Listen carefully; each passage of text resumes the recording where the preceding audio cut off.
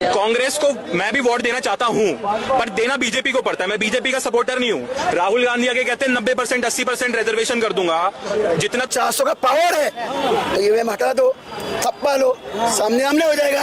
ये भाई किसको डालेंगे, मैं किसको डालेगा। ईवीएम इसलिए यूज करना जरूरी है क्योंकि 140 करोड़ लोग हैं। 140 लाख लोग होते, ईवीएम नहीं चाहिए थी, पेपर पे ही होता, और पहले पेपर पे होता था। दूसरी बात है ईवीएम हैकिंग की। ईवीएम हैक की बात करें तो सुनना, ईवीएम हैक नहीं हो सकती। अगर हो भी सकती है, अगर हो भी सकती है, देखो जो पार्टी हारती है ना उसके कार्यकर्ता को कुछ तो बोलना है, ठीक है।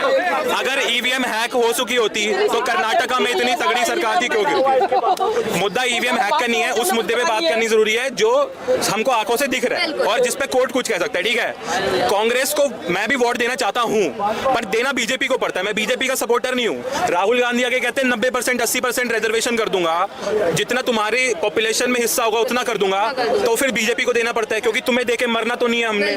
मरने से बढ़िया है जीवित रहे, इसलिए बीजेपी को देना पड़ता है। मतलब ऑप्शन नहीं है, ऑप्शन नहीं है। उनका पीएम कैंडिडेट वो डिक्लेयर क्यों नहीं करते। बिल्कुल ये चेहरा है, मैं पीएम बनूंगा, बताओ कौन बनेगा। वहां से साफ है नरेंद्र मोदी बनेंगे, जो भी है। मैं बीजेपी को बिल्कुल सपोर्ट नहीं करना चाहता। तुम्हारा मैनिफेस्टो पढ़ता हूं, तुम कहते हो लेडीज को ₹1,00,000 दूंगा, इतने सारे यूथ को पहली नौकरी पक्की दूंगा। अगर उनने सच में मांग ली तो तुम कैसे लाओगे नौकरी यार। दूसरा, सरकार नौकरी प्रोड्यूस नहीं कर सकती, प्राइवेट सेक्टर नौकरी प्रोड्यूस कर सकता है। जिसको स्किल आता है वो नौकरी। मेरे को टाइपिंग आती है ना, तो मैं आपके पास जाके कह सकता हूँ मैडम मैं आपका ये टाइप करके दे सकता हूँ, मुझे काम दो।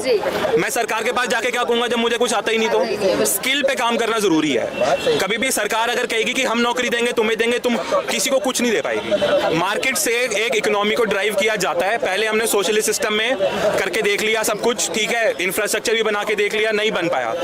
प्राइवेटाइजेशन को अपोज करते हैं, कोई दिक्कत नहीं है, प्राइवेटाइजेशन को आप अपोज करो, लेकिन आप पब्लिक सिस्टम में एफिशिएंसी लेके आओ ना। पब्लिक सिस्टम में एफिशिएंसी नहीं है, सबसे मेन बात तो ये है, ठीक है। एयरलाइंस सिर्फ एक एयरलाइंस ऐसा मुद्दा है प्राइवेट का जो पूरे दुनिया में आप देखोगे ना, कोई भी प्राइवेट एयरलाइन ज्यादा प्रॉफिट में है ही नहीं। वो लॉस मेकिंग बिजनेस है, उसका बिजनेस अलग तरीके से होता है, बैलेंस शीट पे उसका प्रॉफिट नहीं दिखा सकते। इसीलिए ये क्वेश्चन करना चाहूंगी, विपक्ष क्या अब भी मजबूत है? यहाँ कह रहे हैं केजरीवाल के बाहर आने से मजबूती हो गई है। देखो विपक्ष तो मजबूत है। अगर एक सीट पे पहले क्या होता था, 4 ओपोजिशन पार्टी होती थी, एक रूलिंग पार्टी होती थी, वोट बढ़ता था। अब इन्होंने ये सिस्टम तो इन्होंने अच्छा किया है। मैं भी कह रहा हूँ कि हम बदलाव चाहते हैं, लेकिन ऐसा बदलाव नहीं चाहते ना कि तो आप हमें मार ही दो।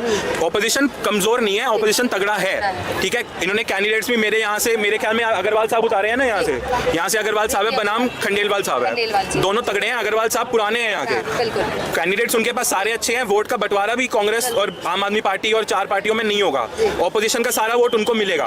बात यह है कि सिर्फ यहाँ से देश नहीं चलता, गुजरात का पूरा वोट बीजेपी को है, पूरा का पूरा। मध्य प्रदेश में अभी दिसंबर में इलेक्शन हुआ है, उम्मीद से ज्यादा सीट मिली है। छत्तीसगढ़ में इन्होंने सरकार ही बदल ली, तो मतलब वहाँ का 6 महीने पहले जो वोटर वोट दे रहा था आज वो चेंज नहीं करेगा। 6 महीने में वोट चेंज नहीं होता। महंगाई का मुद्दा क्रश हो जाता है क्योंकि 6 महीने पहले वो 3 स्टेट वो जीत के आए हैं, जिनमें 2 में उनकी सरकार, राजस्थान और छत्तीसगढ़ में उनकी सरकार थी। लेकिन अगर सरकार नहीं बनी है, मतलब जो मुद्दा वो उठा रहे हैं महंगाई या जो भी मुद्दे हैं, मेरे ख्याल में महंगाई ज्यादा मुद्दा वो उठा रहे हैं। देखो महंगाई तो कौन कौन मानता है महंगाई कम होती है? कोई मानता है महंगाई कम भी होती है? कोई महंगाई बढ़ती जाती है। ये मुद्दे कभी खत्म हो ही नहीं सकते, महंगाई और बेरोजगारी। विपक्ष से मांग क्यों की जाती है कि परिवर्तन करेंगे तो ये कम होगा? चाहे 100 रुपए पे 1 रुपए महंगाई बढ़े, बट बढ़ेगी, कभी महंगाई कम होती नहीं है। क्यों? मैं बताता हूँ। पहले जो मैं सैलरी 15,000 लेता था, आज मैं 30,000 रुपए सैलरी लेता हूँ। बाऊ को महंगा पड़ता है तो बाऊ आगे ज्यादा बेचता है, ठीक है। अब मैं जैसे फॉर एग्जाम्पल मैं बेकरी में काम करता हूँ, लगा लेते करता नहीं हूँ, ठीक है। पहले मैं 15,000 लेता था, अब मैं 30,000, तो पेस्ट्री 20 रुपए की पेस्ट्री 30 की हो गई ना। उसको लॉस मेकिंग, बाऊ तो लॉस मेकिंग पे काम नहीं करेगा, तो कस्टमर। लेकिन आपकी भी तो सैलरियां बढ़ी हैं। जो प्लॉट 30,000 रुपए गज पे लिया था, आज वो 1.5 लाख रुपए का जुआ है। वेल्थ क्रिएट हुई है। महंगाई देखो, सरकार ने एक सिस्टम बना रखा है, आरबीआई को रिस्पॉन्सिबिलिटी दे रखी है महंगाई को कंट्रोल करने की, और कोई ऐसा प्रूफ नहीं है कि आरबीआई उस लिमिट से 4% प्लस माइनस 2% है, यानी कि 2 से 6% के बीच में महंगाई अगर चलती रहे, सरकार कहती है ठीक है, ये ठीक मानते हैं इसको। इसमें लास्ट क्वेश्चन यही करना चाहूंगी, यहाँ विपक्ष कह रहा है कि इस बार बीजेपी का सुपड़ा साफ करेगी और मजबूती से आ रही है सामने। क्या हो भी सकता है, हो सकता है, हो पाएगी, हो सकता है, क्योंकि आधार बताऊं, आधार पर यहाँ बीजेपी तो पूरी अपनी गारंटी ले रही है कि 400 पार होगा। नहीं हो पाएगा, आएगी क्या सत्ता में बीजेपी?